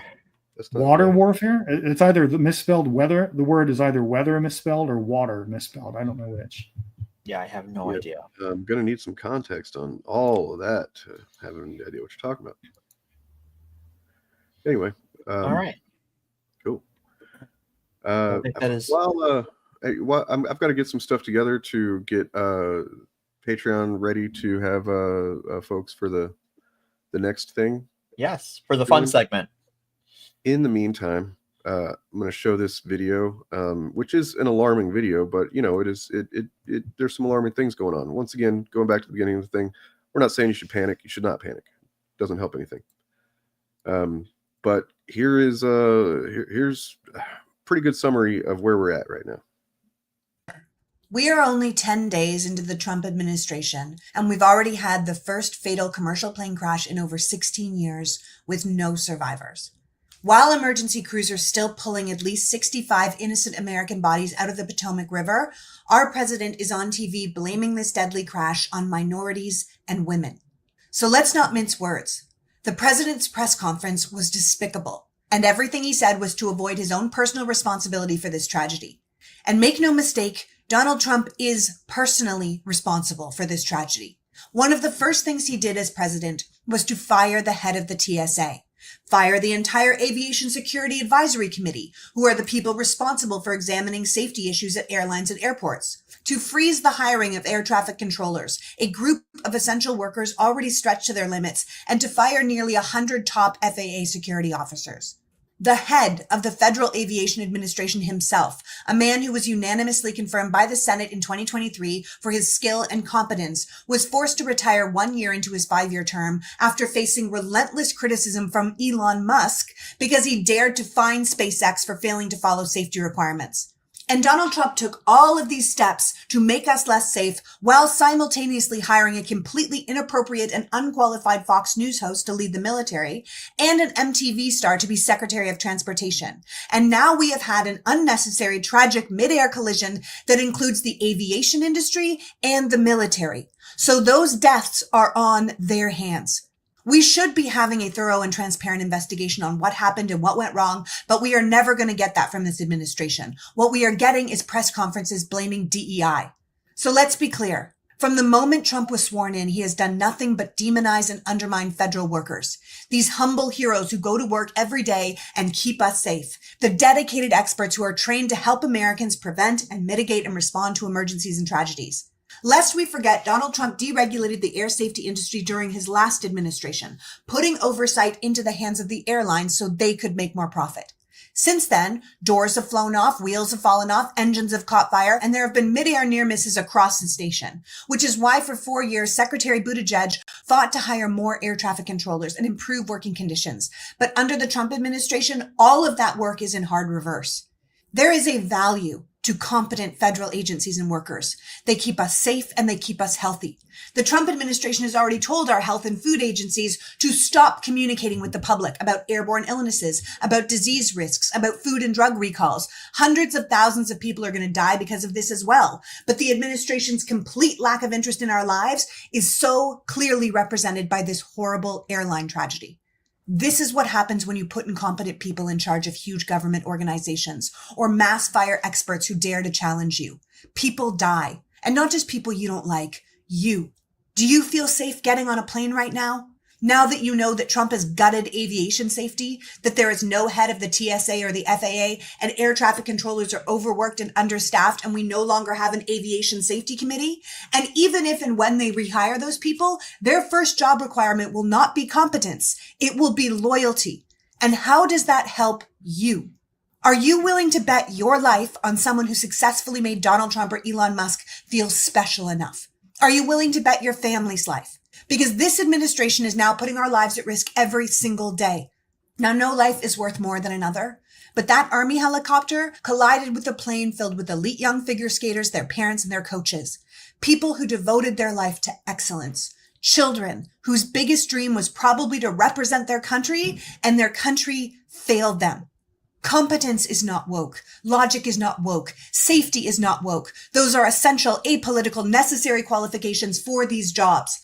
Donald Trump needs to get his priorities straight. His leadership created the perfect storm for this horrific accident to happen. And trust me when I say if we don't do something about it now, it's going to happen again and again and again. We are 10 days into this new leadership, and they are showing us they are incapable of safeguarding the American people the way we have become accustomed.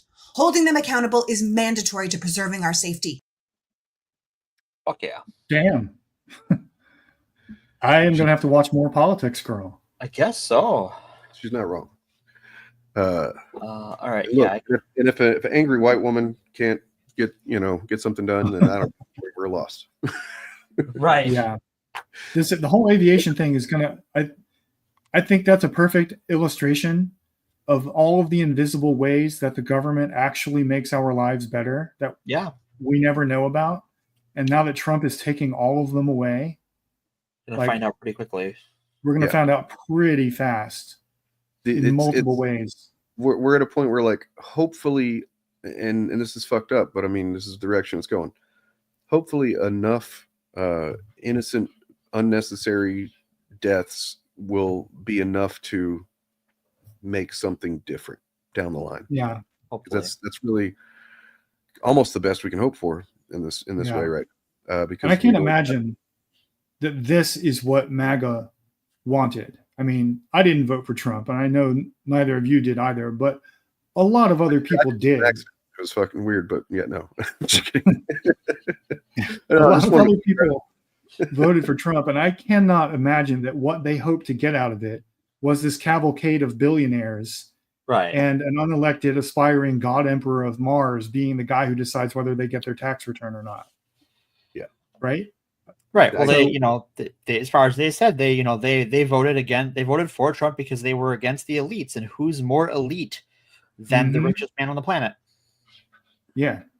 Well, I mean, did you see the press conference with Trump where he was answering questions about this?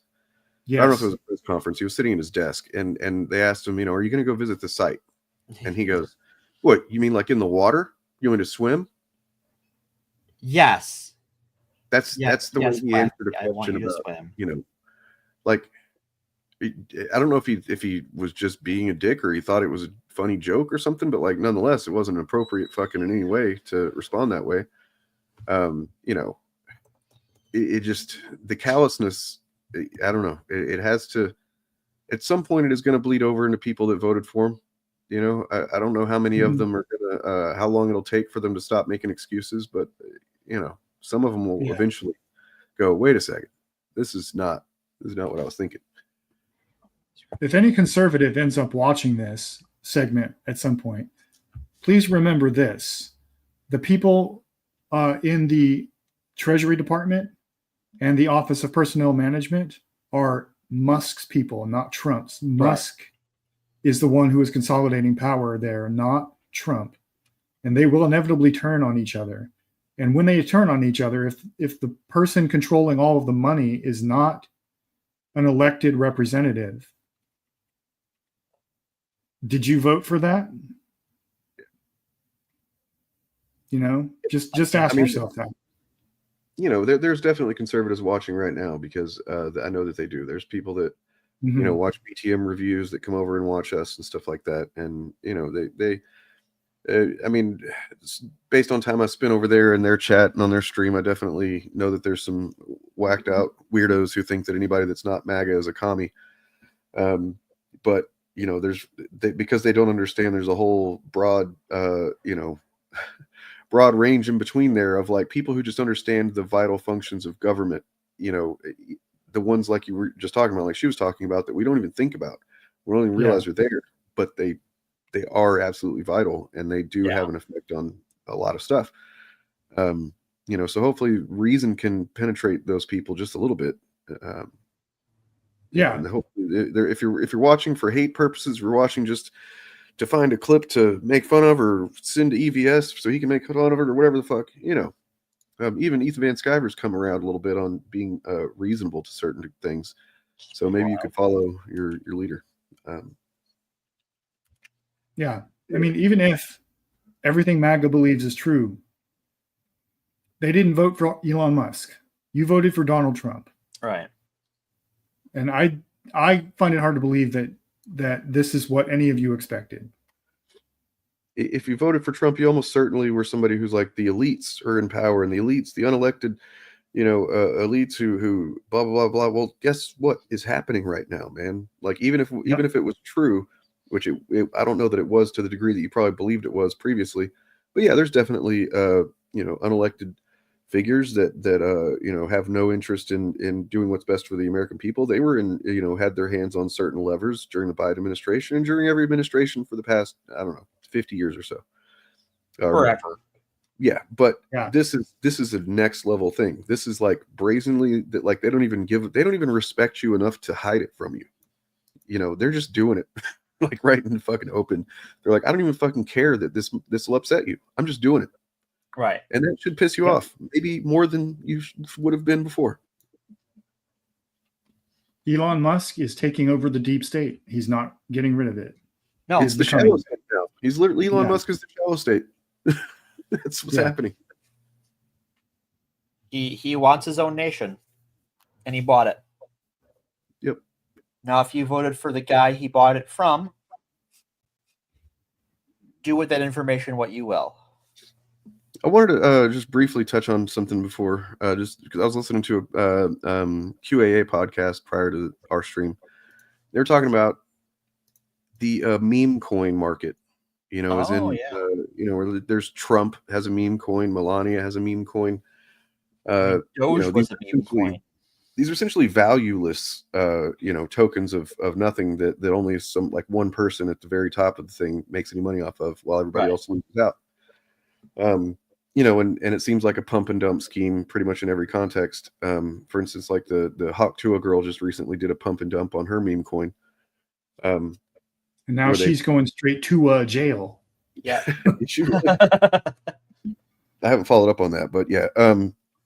So, we have our president knowingly and intentionally, and his wife as well, created meme coins that are competing against things like, $ fart, $ ass, and $ tits, $ Trump, and it's like, wow, that's where we're at right now. And the people that not everybody that puts stock into AI and stuff like that is the same people, but I mean, there's some overlap for sure. And then there's this whole live stream market apparently of like people that live stream specifically to do crazy antics to get attention to their meme coin, right? Mm-hmm. For instance, and there's this there's a website called Pump and Fun or something like that where you can follow all this garbage. There was this one group of people, they had a meme coin where one of the guys involved decided it was a good idea to cover himself in isopropyl alcohol, and then they started shooting off fireworks. Oh no! I am sorry. What? Yeah, this guy caught fire. Yeah. Obviously he caught fire, and they dumped a bunch of water on him. Like, had like 2 gallons of water sitting by, just thinking that was going to be enough because they think that their life is a cartoon. I guess that was not enough. They did not have a fire extinguisher or a fire blanket or anything, just water. And the guy essentially just burned his flesh burned on live stream for a couple of minutes. And he, ended up going to the hospital with 2nd and 3rd degree burns, describing how he, has to stretch every couple of minutes just to keep his skin from growing back too tight, that he's in severe pain. He's on every kind of, painkiller there is. And, and it's just the people that put stock into this kind of shit that it's all desperate capitalism, and in a way that like in stage capitalism. So people that are so desperate they can't pay their fucking rent in some cases, and they think, oh, this is, it's the same logic as like a lottery ticket in a way, except even more. I'm not going to light myself on fire for a lottery ticket. Right. But yeah, it is like that. It's kind of like the Running Man, right? And it just goes to show that these people don't really good comparison. Yeah, they don't get it, or they don't get that like, I don't know, they don't get anything, and they probably voted for Trump. Is all I'm saying. There's no real connection. Lined up pretty heavily behind him because they think that he will create a crypto reserve that the United States owns a certain amount of cryptocurrency, which will give the rest of it an underlying value. the connection is people that believe that if I just do these one or two risky moves, like invest in fucking fart coin or vote for Trump or whatever. Yeah, it seems crazy, but if I just do it and I believe in it, then it's going to pay off big for me. It's not. It's not. It's going to pay off big for the people who were already going to get paid for it in the beginning, which is the people you voted for, and their friends, or the people who invented the fucking meme coin in the first place. Right. So those are the only people that are ever going to pay, that's going to pay off for. Everybody else is going to get screwed over, and it's going to take a lot of work, and there is no easy one or two moves to make your life better, and to make the country better. It's just not something that happens. It's not something that's possible. The further we go into this timeline, the more steps it's going to take to get back to anywhere close to a zero, so that we can start building a better place, better country, better lives. It's going to be a lot of damage to undo if we even get the chance to start undoing it at some point. So remember to like and subscribe. Yeah. Hey. Thanks, Jay. Thanks, David. So should we talk about what's going on patreon.com/actualfandom not long after this show ends? Yeah. If you go over to Patreon, I will be posting a link very shortly where you can go check us out and watch along. It'll be off stream, but it will be you'll be able to watch with us as we watch Your Friendly Neighborhood Spider-Man for the first time and get our fresh reactions to this show. That the actor says he's very happy it didn't turn out woke. So we'll be the judge of that. I will. Yeah. As Our Lady of Woke, I will be the judge of whether or not it's woke. Yeah. And why are we doing this? This is like our trial run for our movie danger concept. Yes. That's right. That's right. What is movie danger, Dane? I don't know. What's your idea? Movie danger is it's the title is in reference to, spiritual successor to, Film Threat by Chris Gore, because these things, they can be really dangerous, these movies, these shows, this media, with things like wokeness lurking around every corner, and DEI. We think that DEI has been beaten, but maybe it's just been pushed into the darker recesses of media, and we're going to have to hunt even harder to find it and exercise it from our media, right? Well, I'll show you where you can get some DEI. Right, this DEI nuts. That sucked. Don't laugh at that. Right. So hopefully, with movie danger, we're going to be doing like reaction videos or something to properties that the anti-fan people are convinced are woke garbage. Yeah. So after this trial run here, which is just kind of like a hey, it's something new that none of us have seen, and we can just kind of hang out and relax and watch it. We're going to be doing stuff like Ghostbusters 2016, yeah, The Last Jedi, I don't know, Star Trek Discovery, freaking Captain Marvel. Yeah. Who knows? All this other stuff that I've sure has been called woke, and I'm just completely blanking right now. So much. Yeah, I mean, we have to start. There's a bunch of Disney movies I know. Buzz Lightyear. The Buzz Lightyear. Yeah. We have to start with the canon of anti-fandom Mary Sue fear-mongering stuff, like the big ones that you just mentioned, right? Right. And I've actually never seen Ghostbusters 2016, so for me, it will be a fresh reaction. We will have the full Tipper Gore experience. Yep. Yeah. I mean, that could have been a second runner-up name for the show, but I don't think anybody would get that one. So yeah, that's a deep cut for the FAP cast. A lot of people will be like, "Who the fuck is Tipper Gore?" Right? Yeah. Who are you, old people? Yeah, and then I mean, eventually we might try and do stuff like we've looked at some of these knockoff superhero movies on like Amazon Prime. There's like a Thor movie that looks like it's definitely designed to the packaging and everything looks like it's trying to trick you into watching Thor: The Dark World or something. Right. But then you click on it and it's like, oh no, this is like D-level filmmaking at best. Yeah, it's crazy. It's crazy. Well, here's the funny thing, we forget about it, but like in the 90s, there was a backlash to both Captain Sisko, who was the first black Star Trek lead, and Captain Janeway, the first female Star Trek lead.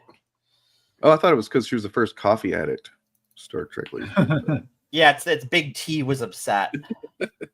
Yeah, the content creator Steve Shives, who does a lot of Star Trek content, on his channel has a video where he provides a link to a still active bulletin board from the 90s. Yeah. Where people are complaining that a black Vulcan on Voyager breaks canon. Yep. And somebody, like a producer or somebody associated with the show, came into the bulletin board and explained how this all doesn't break canon. It's really weird, but that was in the 90s. Yep. So he's got receipts that this kind of thing has always been going on. Sadly. Yeah, I mean, they called LeVar Burton affirmative action Spock, which is absurd, of course, because, you know, clearly Data was meant to be the Spock of right. Obviously. He's Scotty. He's the engineer. Yeah. They don't even know their track. Right. Come on. Yes. Come on now. Casuals. I mean, maybe, I don't know, you know, and look, see, that's the thing. We're not, my memory of it is that it was not good. And then I fell asleep. Yeah, I don't think I finished it. I don't remember. I do remember there's one part that is exceedingly funny, and that's Chris Hemsworth. It's all Chris Hemsworth. Where because he plays like a himbo, basically, and they're like, yeah, just he's got a pretty funny scene. I remember laughing my ass off at, but the rest of it as well, yeah, we'll get into it. But I mean, the whole point isn't to say, oh, this is bad and woke or whatever. It's literally just to have an honest conversation about what we think about it. Some of the stuff we might like, some might not like. Some of us might like it. Some others, you know what I mean? Like, it's not going to be. The whole point is to reintroduce some nuance into conversation about some media that never really had a chance to be discussed with much nuance. Because for like a lot of the recent Marvel stuff, we're going to watch Spider-Man today, right? From the neighborhood Spider-Man, but like I haven't liked a lot of the recent Marvel stuff. And that is not opinion that these two gentlemen share, and that's okay. This is a stupid thing that sounds really stupid that you made up. So no, I don't think that's. I don't think that's. No, that's not made up. It is a little bit misrepresented, though. She did make a video, and I don't remember the entire conversation, but she was describing her experience of trying to live as a man, and all right. She talked about a moment of where she was like enraged about something. Sure. And she threw her cat or somebody's cat and then regretted it for the rest of her life. Hey, she basically admitted to doing something terrible. We're sitting here listening to someone who is actually we trust instead of just some random commenter who's never commented before. So don't be a fucking dipshit. Okay? Yeah. Go fuck yourself, Xander. Right. But just for context, she did say that she threw a cat, and it was in the context of her explaining that basically how dark of a place she was in emotionally by trying to act out the role of manhood when she wasn't a man. Right. And I am fun at parties, as a matter of fact, because my parties, are completely cool with everybody, and they're not just limited to fucking dipshit white dudes that want to put quotes around toxic masculinity as if they don't believe the concept exists. Anyways, I think we're gonna have to get back on track. It's obvious what you're about from your first comment, Xander. That's the thing. It's obvious. I'm not butthurt, you piece of shit. I just fucking don't have patience for you fucking morons showing up being fucking pieces of shit in chat. You're a fucking nobody piece of shit. Okay. All right. He's been sent to nap zone. So if he learns to behave himself and not pick fights. No, he's fucking bad. Fuck him. All right. He showed up. First thing he wanted to do was fucking troll. About Jessie. Yeah. By mentioning Jessie gender and making her look bad and also attacking the concept of toxic masculinity. Yeah, I'm not butthurt. I just have no patience for you fucking troglodytes. Okay? I'm not butthurt. I'm just tired. Yeah, and why are they so butthurt? They won. You got Xander. You guys won, right? They don't won know the culture war because they never why are you being win. such poor winners about this. He's always going to be hollow and fucking side, no matter how much his fucking chosen guy wins or whatever. Right? There's just You can't celebrate a win if you don't know how to have joy, and clearly he does not. Yep. What the fuck does I'm gonna send that one away too while I'm looking. Yeah, okay, that's getting kind of problematic there, bruh. Yeah, buddy. Bye-bye. Well, we're at the end of the stream anyway. We might as well just call it. And Yep. That way I can scratch this itch on my shoulder that I've had to scratch for the last half an hour. Cool. So those of you who can come join us on Patreon at Patreon.com/actualfandom. Yeah. Yep. And those of you who can't join us should sign up so you can. Yeah. You can do so for the price of, I believe, free? Yeah. Oh, free 90 free. That's inflation. That's Trump's America. All right. And I got it when it was free.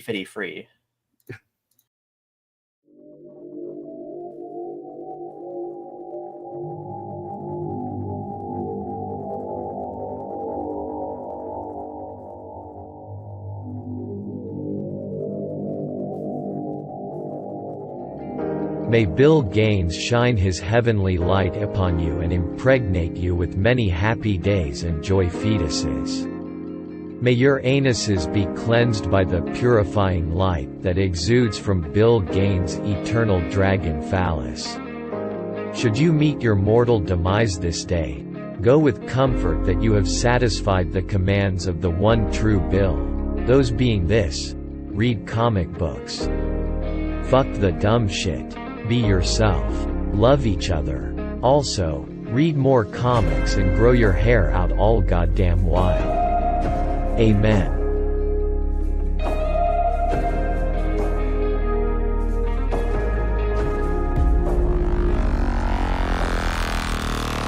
Actual fandom is not going to stop.